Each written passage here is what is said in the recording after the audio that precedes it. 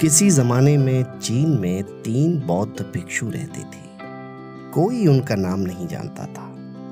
सब उन्हें हंसने वाले भिक्षु यानी हंसोड़ भिक्षु कहते थे, लाफिंग मॉन्क्स।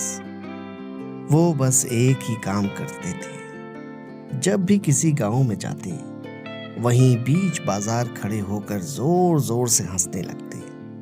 वो इतने सहज भाव और दिल से हंसते कि सारे लोग उनके साथ उनकी हंसी में शामिल हो जाते और हंसने लगते।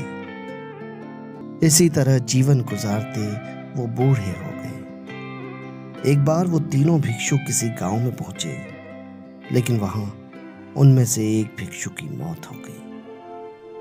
गांव भर में शोक की लहर फैल गई। सबको लगता था कि आज तो ये दोनों भिक्षु जरूर रोएंगे। इसी उत्सुकता में सब लोग इकट्ठा हो गए। लेकिन ये क्या? दोनों भिक्षु तीसरे की लाश के पास खड़े होकर जोर जोर से हंस रहे थे। लोगों ने आज उनकी हंसी पर एतराज जताया और उनके इस व्यवहार पर सफाई मांगी।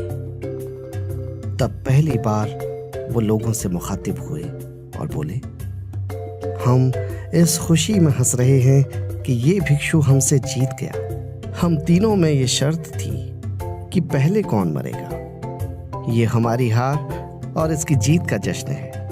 वैसे भी हम हमेशा ही साथ साथ हंसते रहे। हमारी ये हंसी ही इसे सच्ची विदाई है।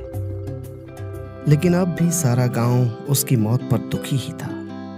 फिर जब लोगों ने उसे चिता पर लिटाया तो देखा कि इस भिक्षु की लाश के चेहरे पर भी हंसी थी। दरअसल उसकी इच्छा थी कि परंपरा के विपरीत उसे जलाने से पहले नहलाया न जाए, न ही कपड़े बदले जाए, क्योंकि उसका मानना था कि उसकी हंसी ने उसे कभी भी मैला नहीं होने दिया। और जब उसकी आखिरी ख्वाहिश का सम्मान करते हुए उसे अग्नि दी गई, तो अचानक कुछ ऐसा हुआ कि लोगों के आश्चर्य का ठिकाना नहीं रहा।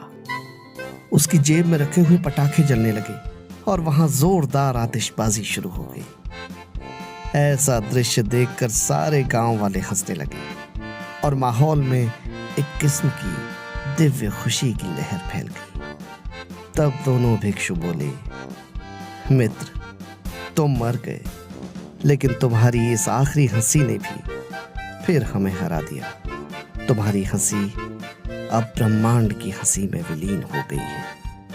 तुम आज बुद्ध बन गई हो।